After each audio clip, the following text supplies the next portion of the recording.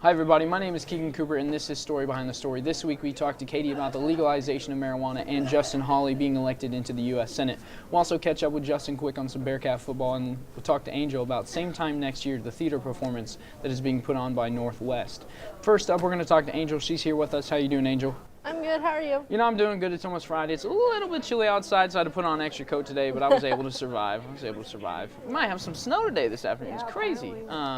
But same time next year, with the theater performance that Northwest is putting on in the theater department. Can you tell me a little bit about that? What's the play about? What is it kind of consist of? The play covers 25 years, so it's like a very vast amount of time.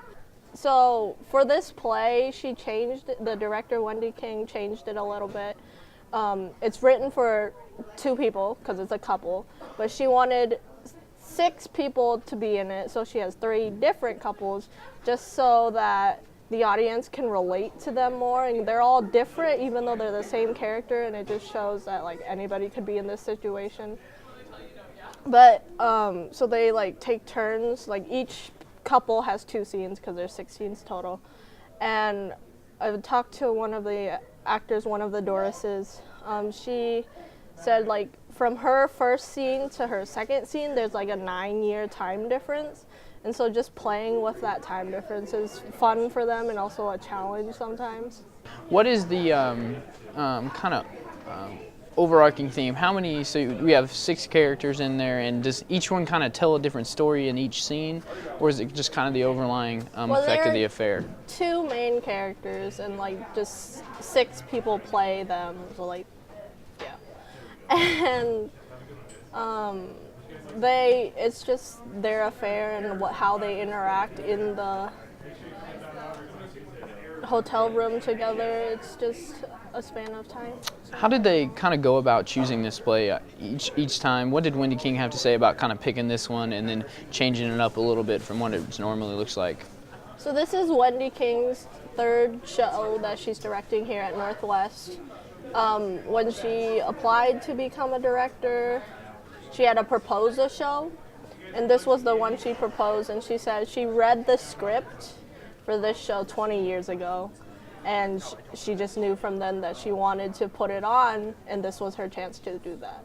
Is this a serious performance about an affair, or is there's some comedy in it too? What can we see, what can we look forward to kind of seeing throughout the whole performance? It's more of a feel-good show. She hopes the audience has a lot of laughs and enjoys it. I mean, there are some sad parts, but most of it's just happy.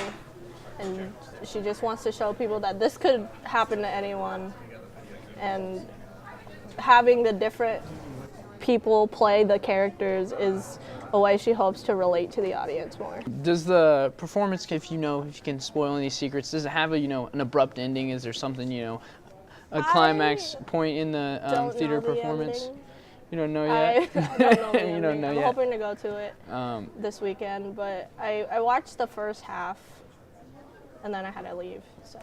Most definitely, but I know I look forward to it. Northwest Theater Department is amazing, everything they put on. It's the same time next year, right here. But thanks for joining me, Angel. Thanks for coming and talking to me about this theater performance. Tickets are $10.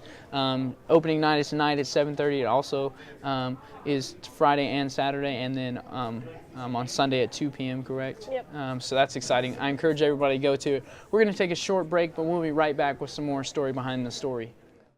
Hi everybody, my name is Keegan Cooper and welcome back to Story Behind the Story. Joining me next, we got Justin Quick here to talk about some Bearcat football. How you doing, Justin? Pretty good, how about you? I'm doing good. It's almost Friday. It's a little chilly outside, so I put on an extra coat today, but I'm doing all right. But let's get down to business. So, tough loss for the Bearcats, losing by 1 against Fort Hays. Can we just talk a little bit about that game? Kind of what happened there? What lost on that game? Their defense did enough to keep them in it. Their special teams did enough to keep them in it. They were down 4 at half with as bad as their offense was playing, which was great. Coach Wright talked about how even though they were playing awful the first half, their offense was terrible. They were only down 4 at half, and they still had an opportunity to win the game, and it really came down to a blocked extra point.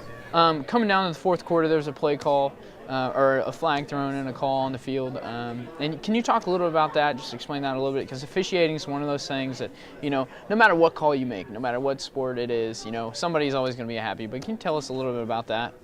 It was a roughing the kicker call with about 1:40 left in the game, and Northwest going to get the ball back with a chance to go down the field and score. And even though their offense hadn't been moving, you still have that chance to go down and score. And all they need is a field goal at that point to win the game. So all they really need to do is move about 40 or 50 yards, and they're in field goal range.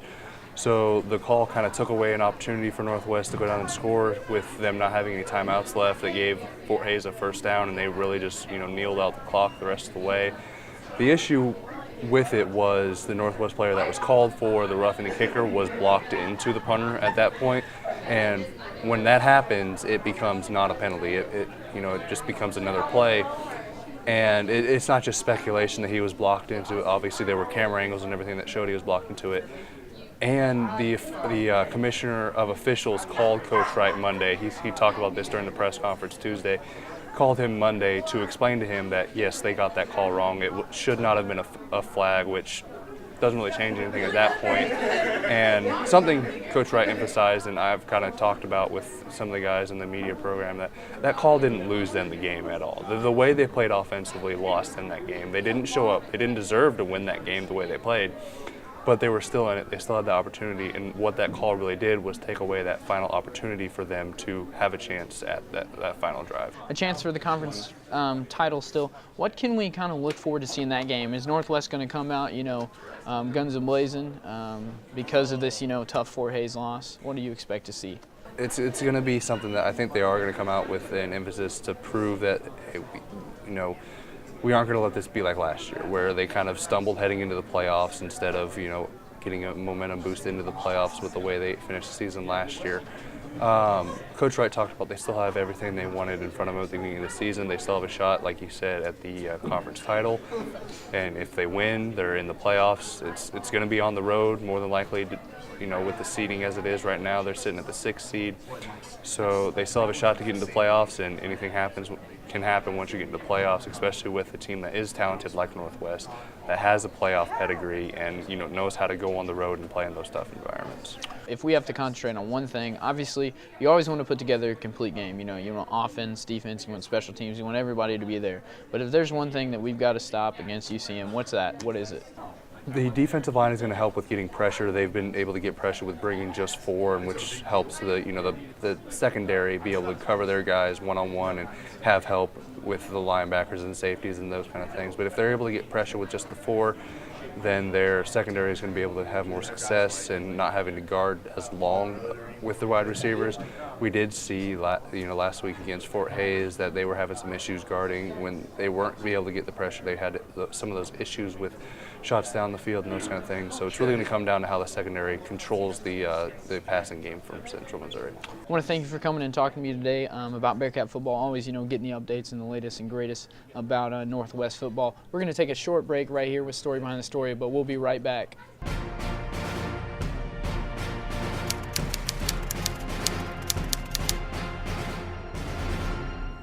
Hi everybody, we're back. My name is Keegan Cooper, host of Story Behind the Story. Joining us next, we have Katie. How you doing? Good, how are you? I'm doing good. Again, it's almost Friday, a little bit chilly than I like it, but I'm going to survive a little bit. And you're here. We're going to talk about some election results.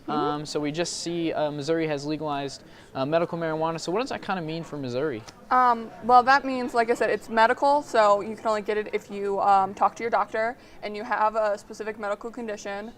And a lot of this isn't going to start going into effect for a couple years. With medical marijuana, I think you can apply to get it by 2019, but it won't start being distributed by 2020. Is it kind of hope to see, all 50, is it going to be legalized? Yeah, that's the goal for a lot of people, is to get medical marijuana legalized. And then some states are also looking, Illinois I think just announced this morning that they're looking to legalize it completely, decriminalize it and everything. So a lot of states are also looking into doing that. So medical marijuana is kind of like that first step into seeing if we want to do it just for medical purposes or for just recreational. Alrighty. See that. So, just kind of using it. If it's there for that medical use, you want to have it. But also, people are starting to think about that recreational use. Yeah. Missouri's kind of on that track now. Is there any, talk or news about, we have it legalized now for medical marijuana. Is there any talk about Missouri, kind of legalizing or the process of legalizing for recreational? There's been talk for a couple of years now. A lot of people have tried to push for it, but this is a huge step to even get medical marijuana legalized, so it's going to take a lot. We're a very conservative state, so it's going to take a while for us to get to the point where it would be fully legalized. And now kind of turn into another election that we saw happen just a couple days ago. Josh Hawley was elected into the U.S. Senate. He'll be one of the other Republicans in there with Roy Blunt. What does this kind of mean for our U.S. Senate? It's going to mean a lot because Claire McCaskill was in office since 2006. She held the position for a while, and Holly has a lot of different ideas than what we saw with McCaskill, so we're going to see a lot change over the next couple of years and everything with him in office. So I can't necessarily say if it's going to be for the better or for the worse. We're just going to have to kind of wait and see. And then kind of looking at voting, did that tally up? Did Holly kind of just blow McCaskill out of the water? Was it kind of 50-50? It was fairly close. I think it was 50-40, but McCaskill kind of knew she was losing, so she ended up just succeeding to him and just admitting her loss just to make it easier. And who did Holly, on his campaign, campaigning is a huge thing, especially for election. Who did he have support from? Yeah, Holly had a lot of huge support from Trump. Trump was a huge backer of him and supporter of him. In his victory speech, he thanked Trump for all the support and everything. So Trump had a lot of push with Holly. Yeah, most definitely. And with Holly in office, and we also have Roy Blunt, two Republicans, is there anything we can see? Like you said, you can't really predict, the future. You don't know if it's going to be for the better or for the worse. But what can we look to see for them? Well, I do know, at least with Holly, he has very specific ideas, and he's very pro-life, so that we might be seeing some changes there. Holly he has admitted that he would like to make stricter gun laws, make it like background checks. So those are some other things we can see. A lot of just the bigger issues Holly is trying to touch on. So. Well, Katie, I want to thank you for coming out and talking to us about the legalization of medical marijuana in Missouri, and also, Josh Hawley being elected in the U.S. Senate. I want to thank our other guest, Justin Quick, for talking to us about Bearcat football, and Angel for coming and talking to us about same time next year, the theater performance here at Northwest. You can catch Story Behind the Story live on Facebook and KZLX at noon on Thursdays during Student Media Day, or Monday through Thursday at 6:30 p.m. on KNWT Channel 8. We'll see you next week.